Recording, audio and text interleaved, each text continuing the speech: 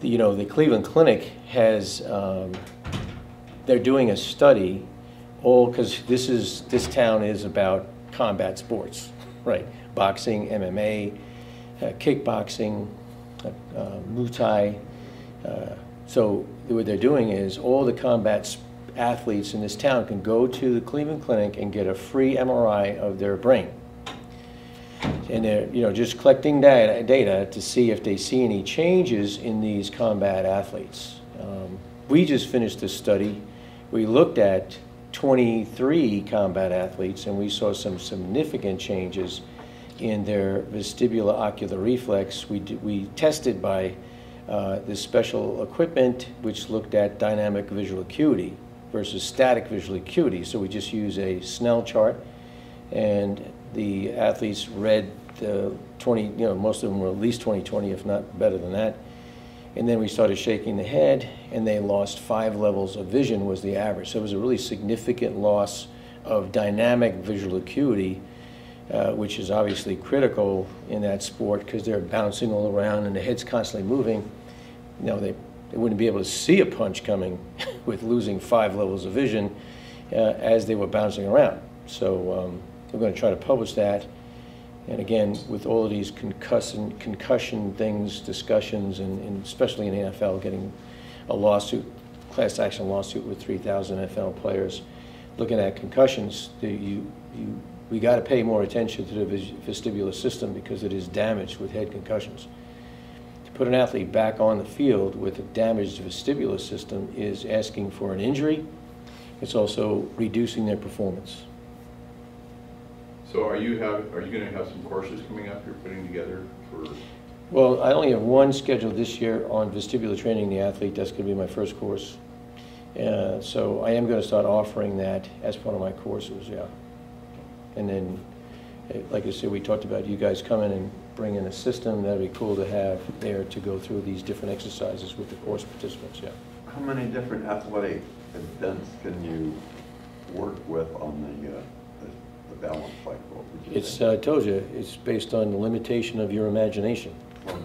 So football, everybody. basketball. Yeah, we had it last year, if you remember, down in Atlanta with Chip Smith, who's a great, excellent performance coach and strength coach. We had that long shuttle that you also developed, which was great with football players. We only did the positional players. We call them the skilled players, not to say the linemen aren't skilled, but we only use the skilled players, the tight ends, the receivers, the defensive guys that are running to, what do they have to do? They have to run, their head is bobbing all over the place, and they have to see an object coming at them and either defend it, push it away, or catch it. See more quarterbacks. I mean, that is essential. All of those vestibular functions that are connected to the eye is absolutely essential for those athletes. And of course, in concussions, one of the major dysfunctions of the vestibular system comes with head trauma.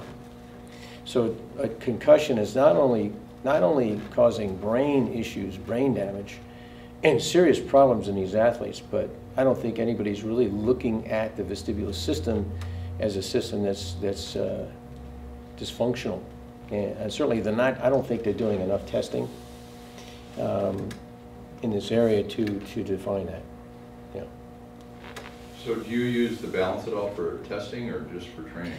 No, there's no, well, you could use it as a method of showing how much improvement you've made as far as the test is concerned. If you put these chains way out here wide, now it's a really stable surface, and you progress to these two in the middle, and then plus you're standing on a Bosu ball flipped upside down with a foam pad on top of that, and you can balance, that's a big progression. So it's sort of a functional test, if you will. Right. Okay. But no, there's no specific tests that you could incorporate it into this classic test for sensory integration, which is just stand on a double leg, single leg, eyes open, eyes closed, and then you put it on a stable surface. So traditionally it's on this as an unstable surface, just a piece of foam. But you could use this as part of that test if you wanted to. Okay.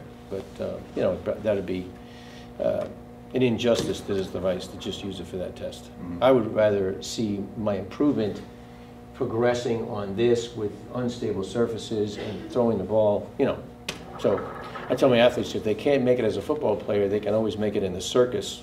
You know what I mean? They can stand on these things and throw balls around, you know what I mean? So it's a, you know, it's a job security, you know. Anyway. Well, you rehabbed a number of golfers, haven't you, and trained Yeah, golfers? Fred Funk was probably the one is the guys that I looked at, and he actually helped me come up with the golf swing on this. You know, we're on stable surface. We said actually, if you do this, you can actually develop bad habits if you don't pay attention. The person who's instructing the exercise, if you go back and you fall over on this device, you could be teaching incorrect weight shifting, right? So when you here, let's just put this on here.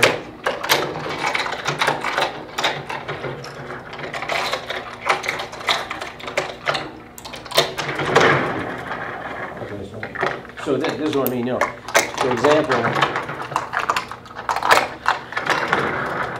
yeah, why don't you hop up there? So, you know, Mike, doesn't matter, he can have something in his hand or not in his hand. If he shifts, right, when he shifts his weight to his back foot, whether it's in baseball, golf, he goes too far, shifts his weight, he's going to fall over, right? So that's why you have to be careful. The person who's instructing that athlete to use this as an exercise, it could actually completely throw off his swing if he's not going to pay attention as to what he needs to do. So he needs to shift his weight, but he needs to stay centered, right? So his weight is shifting as he's going from this back foot, or takeaway in golf it's called, right, to the forward swing. He's got to be able to shift his weight so he stays centered and doesn't fall over, right? So Fred actually, we both discussed it when he came, because for 2 weeks I trained him. I only did vestibular work on him, and well, balance, not just vestibular, but all the systems, and he did phenomenal. He left my clinic and won 3 major tournaments in a row. And he admitted finally after the 3rd event that I helped him quite a bit on increasing his velocity of his club head and his putting game. Obviously, he went to Turtle Bay. That was the last event. He still has the record there, I think, 23 under par. So really important part of golf, obviously. Balance in golf, very important part of the balance in golf.